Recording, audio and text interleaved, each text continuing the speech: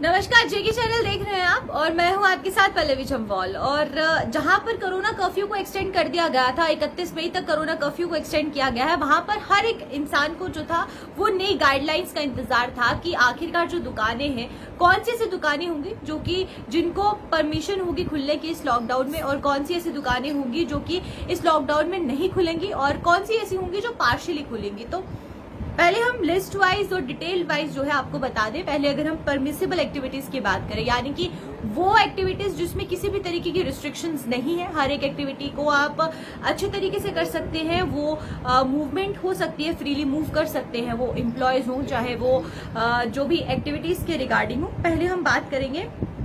क्योंकि corona curfew 31 मई तक हो गया है, यानी कि सुबह 7 बजे तक जो है कोरोना कर्फ्यू हो गया है, उसको एक्सटेंड कर दिया गया है। तो उस बीच परमिसिबल एक्टिविटीज जो हैं, जिनको पूरी तरीके से परमिशन है कि वो उस कोरोना कर्फ्यू में खुल सकती हैं, पहली है केमिस्ट शॉप्स। जितनी भी केमिस्ट शॉप होंगी उनको खुलने की इजाजत है। टेस्टिंग लैब्स जो होंगी उसको खुलने की इजाजत है। हेल्थ क्लिनिक्स जितनी भी होंगी उनको खुलने की इजाजत है। ऑप्टिकल फैसिलिटीज जितनी भी होंगी उनको खुलने की इजाजत है। और जितने भी आउटलेट्स हैं जो कि मेडिकल इक्विपमेंट्स में डील करते हैं, उनको भी खुलने की इजाजत जो है वो इस कोरोना कर्फ्यू में रहेगी। और उसी तरीके से अगर हम बात करें तो बैंक्स हो, इंश्योरेंस ऑफिसेज हो, या फिर एटीएम मशीन हो, एटीएम्स भी जितने हैं उन सबको खुलने की इजाजत जो है इस 31 मई तक रहेगी। और उसके बाद हम बात करें अगर पेट्रोल पंप्स हो या फिर एलपीजी आउटलेट्स हो, पेट्रोल पंप्स के साथ साथ जितने भी एलपीजी आउटलेट्स हैं उनको भी खुलने की इजाजत है, यानी कि गैस एजेंसीज जो हैं उनको भी खुलने की इजाजत इस कोरोना कर्फ्यू में रहेगी। साथ ही साथ जो एग्रीकल्चर या हॉर्टिकल्चर की शॉप्स हैं जो कि सीड्स के साथ डील करती हैं, पेस्टिसाइड्स के साथ डील करती हैं,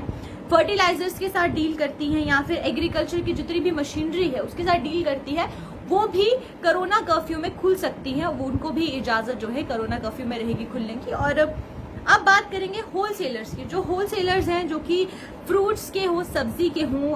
ग्रेन्स के हों, यानी कि दालें वगैरह जो भी हैं, ये जितने भी होलसेलर्स हैं, जो मंडीज हैं होलसेलर्स की, वो खुली रहेंगी और वो अपना काम जो है एज यूजुअल कर सकती है। लेकिन सिर्फ असेंशियल गुड्स के लिए जो मंडीज हैं उनको खुलने की इजाजत दी गई है। नॉन एसेंशियल गुड्स के लिए जो मंडीज हैं वो नहीं खुलेंगी। फिर मैं आपको एक बार बता दूं, असेंशियल गुड्स के लिए फ्रूट्स हो या फिर सब्जियां हो या फिर ग्रेन्स हो, उनके लिए होलसेलर मंडी जो है वो खुलने की उनको इजाजत यहाँ पर सरकार द्वारा दी गई है। और उसके साथ साथ जो भी हार्वेस्टेड प्रोडक्ट्स में डील करते हैं, जितने भी खेती बाड़ी में प्रोडक्ट्स यूज होते हैं, चाहे वो सीड्स हो चाहे वो पेस्टिसाइड्स हो, उनको भी खुलने की इजाजत जो है इस कोरोना कर्फ्यू में रहेगी। और उसके बाद अगर बात करें हम लोग, तो जितनी भी मूवमेंट्स हैं, जो असेंशियल गुड्स की मूवमेंट्स रहेंगी उसको भी अलो किया जाएगा। उसमें भी कोई हिंड्रेंस नहीं है, यानी कि किसी भी तरीके की रोक टोक जो है वो नहीं रहेगी, नॉन एसेंशियल गुड्स में रहेगी। लेकिन असेंशियल गुड्स की जो मूवमेंट है उसमें किसी तरीके की भी यहाँ पर हिंड्रेंस नहीं रहेंगी। या फिर जो माइग्रेटेड लोग हैं, यानी कि जो बकरवाल हैं, जो अपनी भेड़ों को लेकर यहाँ से वहाँ मूव करते हैं, उनको भी किसी तरीके की रोक टोक नहीं होगी। दरबार मूव के जितने भी ऑफिशियल्स हैं उनको किसी तरीके की यहाँ पर जो है रोक टोक नहीं होगी। जो भी लोग एग्रीकल्चर या हॉर्टिकल्चर प्रोडक्ट्स को लेकर जा रहे हैं, गुड्स को लेकर जा रहे हैं, एग्रीकल्चर से रिलेटेड या फिर हॉर्टिकल्चर से रिलेटेड नेशनल हाईवे पर लेकर जाते हैं या उनको मूव करना पड़ता है प्रोडक्ट्स को लेकर, तो उनको भी किसी तरीके की रोक टोक यहाँ पर कोरोना कर्फ्यू के दौरान नहीं होगी। और उसके बाद बात करेंगे हम लोग की इंटरस्टेट मूवमेंट्स अगर हो रही हैं तो कोई भी रिस्ट्रिक्शंस जो है वो इंटरस्टेट या इंट्रास्टेट मूवमेंट के लिए नहीं है, सिर्फ असेंशियल गुड्स के लिए। अगर आप किसी भी असेंशियल गुड्स को लेकर एक स्टेट से दूसरे स्टेट जा रहे हैं, यानी कि अगर आप पंजाब से जम्मू कश्मीर आ रहे हैं या फिर आप जम्मू से कश्मीर जा रहे हैं या फिर किसी और डिस्ट्रिक्ट जा रहे हैं सिर्फ असेंशियल गुड्स को लेकर, तो आपकी मूवमेंट पे किसी तरीके की रिस्ट्रिक्शंस नहीं रहेंगी। और अगर हम बात करें टेस्टिंग को लेकर, रिस्ट्रिक्शंस जो है वो नहीं रहेंगी, प्रोटोकॉल्स एज सच ही रहेंगे। अगर आप लखनपुर से जम्मू कश्मीर आ रहे हैं प्रोडक्ट्स को लेकर या असेंशियल गुड्स को लेकर, फिर भी आपको टेस्ट करवाना जरूरी है वहां पर एज पर the rules of Lakhanpur toll plaza. उसके बाद अगर हम अटल सेतु की बात करें, अगर आप अटल सेतु के थ्रू भी एंटर कर रहे हैं जम्मू कश्मीर में, तो वहां पर भी आपकी जो टेस्टिंग है वो एज पर द गाइडलाइंस होंगी और फिर आपको जो है जम्मू कश्मीर आने दिया जाएगा। और उसके अलावा जो भी अलग अलग पॉइंट्स हैं जिससे आप जम्मू कश्मीर एंटर करते हैं, हर एक पॉइंट्स पर जो है टेस्टिंग सेंटर्स बनाए गए हैं और हर एक पॉइंट्स पर जो टेस्टिंग होगी, जो सेंटर्स वहां पर बनाए गए हैं, उस पर आपको ध्यान रखना है कि किस तरीके से तो अलग अलग सेंटर्स जहां बनाए गए हैं उन प्रोटोकॉल्स को फॉलो करना यहाँ पर बहुत जरूरी है। उसके बाद अगर हम बात करें जितने भी इंडस्ट्रियल या साइंटिफिक इस्टेब्लिशमेंट्स हैं, चाहे वो पब्लिक हो या फिर प्राइवेट हो, उनको भी अलो किया गया है इस बीच कि अगर जैसे आईटी ऑफिशियल्स जो है या फिर जो आईटी टेलीकॉम के लोग हैं, जो टेलीकॉम इंडस्ट्री से जुड़े हुए लोग हैं, वो भी उनको भी परमिशन है, ई कॉमर्स से जुड़े हुए जो लोग हैं उनको भी परमिशन है कि वो भी मूव कर सकते हैं। उसके अलावा अगर बात करें हम लोग रिस्ट्रिक्शन, उसके बाद जितने भी गवर्नमेंट ऑफिशियल्स हैं, चाहे वो बैंक्स के ऑफिशियल्स हैं या फिर गवर्नमेंट ऑफिसेस में काम करते हैं, तो वो अपना आईडी कार्ड के साथ मूवमेंट कर सकते हैं, उनको किसी भी तरीके की रिस्ट्रिक्शंस नहीं रहेंगी। और उसके अलावा जो प्रिंट मीडिया या फिर इलेक्ट्रॉनिक मीडिया से जुड़े हुए लोग हैं, तो उनको भी अगर उनके पास उनके आईडी कार्ड्स हैं तो उनको भी इस कोरोना कर्फ्यू में मूवमेंट के लिए कोई रिस्ट्रिक्शंस नहीं है, वो अपना आईडी कार्ड यूज करके जो है मूव कर सकते हैं। और उसी के साथ अगर हम बात करें जो डेवलपमेंट या कंस्ट्रक्शन के काम चल रहे हैं या फिर जो लीगल माइनिंग का काम चल रहा है, वो भी एज इट इज चल सकता है, उसके लिए भी कोई रिस्ट्रिक्शंस जो है वो यहाँ पर नहीं रखी गई हैं। अब बात करेंगे हम लोग वो चीजें जो पार्शियली यहाँ पर परमिटेड है, यानी कि उनके लिए एक टाइम पीरियड रखा गया है, उस टाइम पीरियड के अकॉर्डिंगली ही वो काम करेंगी। पहले अगर बात करें हम लोग शॉप्स की, चाहे वो ग्रोसरी शॉप्स हो, करियाना स्टोर्स हो, फ्रूट्स हो, वेजिटेबल्स की शॉप्स हो, मिल्क या डेयरी प्रोडक्ट्स की शॉप हो, बेकरीज की शॉप हो, मीट या पोल्ट्री की शॉप हो, एनिमल फॉडर की शॉप हो, यानी कि जो जानवरों के लिए चारा होता है, पोल्ट्री आइटम्स की शॉप हो, यानी कि जो भी बर्तन वगैरह या मिट्टी के जितने भी बर्तनों की दुकानें होती हैं, हार्डवेयर की शॉप हो, कंस्ट्रक्शन मटेरियल की शॉप्स हो, या फिर उसके अलावा जो भी आपकी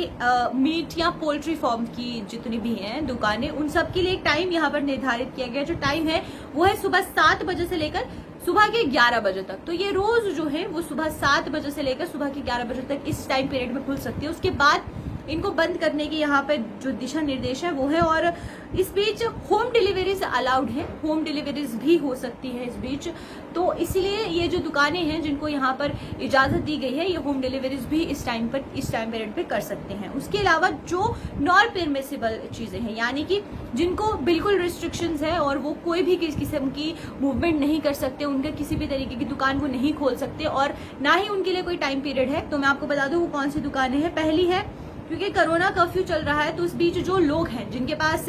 जो असेंशियल गुड्स को लेकर नहीं जा रहे हैं कहीं पर भी, या फिर जिनके पास कोई रीजन नहीं है घरों से बाहर निकलने का, ना ही वो गवर्नमेंट ऑफिशियल्स है, ना ही उनके पास अपने कोई आईडी कार्ड है और ना ही उनके पास पासेस है, तो उनके लिए यहाँ पर रिस्ट्रिक्शंस, फुल्ली रिस्ट्रिक्शंस है, वो घरों से बाहर नहीं निकल सकते हैं। उसके बाद एजुकेशनल इंस्टीट्यूट्स जितने भी हैं वो बंद रहेंगे, चाहे वो आप प्राइवेट ट्यूशन सेंटर्स की बात करें या फिर गवर्नमेंट स्कूल्स की बात करें या फिर कॉलेजेस की बात करें, ये सब कोरोना कर्फ्यू के दौरान बंद रहेंगी। उसके बाद अगर हम बात करें शॉपिंग कॉम्प्लेक्सेस जितने भी हैं वो सब बंद रहेंगे इस कोरोना कर्फ्यू के दौरान। बाजार जो है वो बंद रहेंगे, सैलून्स जो है यानी कि जितने भी पार्लर्स वगैरह हैं वो बंद रहेंगे, बार्बर शॉप्स जितने भी बाल काटने की जितनी भी दुकानें हैं वो बंद रहेंगी, सिनेमा हॉल्स बंद रहेंगे, रेस्टोरेंट्स बंद रहेंगे, बार्स बंद रहेंगे, स्पोर्ट्स कॉम्प्लेक्सेस जो है वो भी बंद रहेंगी, जिम्स बंद रहेंगी, स्पास बंद रहेंगे, स्विमिंग पूल्स बंद रहेंगे, पार्क्स बंद रहेंगे, जूस बंद रहेंगे और जितनी भी बाकी चीजें हैं जो कि पहले इस लिस्ट में थी जिनको परमिसिबल में नहीं रखा गया है वो सारी नॉन परमिसिबल में रहेंगी और वो सब चीजें जो है बंद रहेंगी। उसके अलावा अगर हम बात करें कि जितनी भी रिलीजियस गैदरिंग्स है, यानी कि अगर आप किसी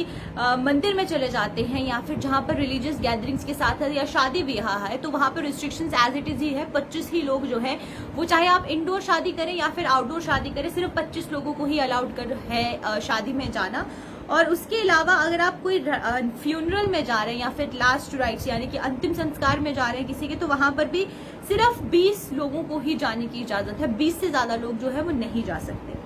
उसके साथ अगर हम हेल्थ ट्रांसपोर्ट की बात करते हैं तो वो भी हेल्थ ट्रांसपोर्ट भी अलाउड यहाँ पर किया गया है और उसमें भी 50% कैपेसिटी ही होगी, जो पैसेंजर्स बैठेंगे उनकी 50% कैपेसिटी ही होगी और बाकी इन पर जो है पूरे तरीके से जो रिस्ट्रिक्शंस है वो लगाई गई हैं। उसके बाद अगर हम बात करें हेल्थ डिपार्टमेंट की तो उन्होंने टेलीमेडिसिन की फैसिलिटी देना उनको अनिवार्य यहाँ पर किया गया है कि वो टेलीमेडिसिन की जो फैसिलिटी है वो देंगे अपने हर एक पेशेंट को। और उसके अलावा जो हेल्पलाइन नंबर्स यहाँ पर जारी किए गए हैं उसको भी ध्यान में रखा जा रहा है कि वो नंबर्स जो है रिस्पॉन्ड करें अगर कोई भी उन पर कॉल करता है और जानना चाहता है किसी भी रिगार्डिंग किसी भी तरीके की इन्फॉर्मेशन लेना चाहता है हेल्थ को रिगार्डिंग या प्रिस्क्रिप्शन लेना चाहता है, वो अपनी दवाइयों के बारे में जानना जाना चाहते हैं तो वो नंबर्स भी अवेलेबल होने चाहिए। और उसी के साथ जो सारी की सारी जो भी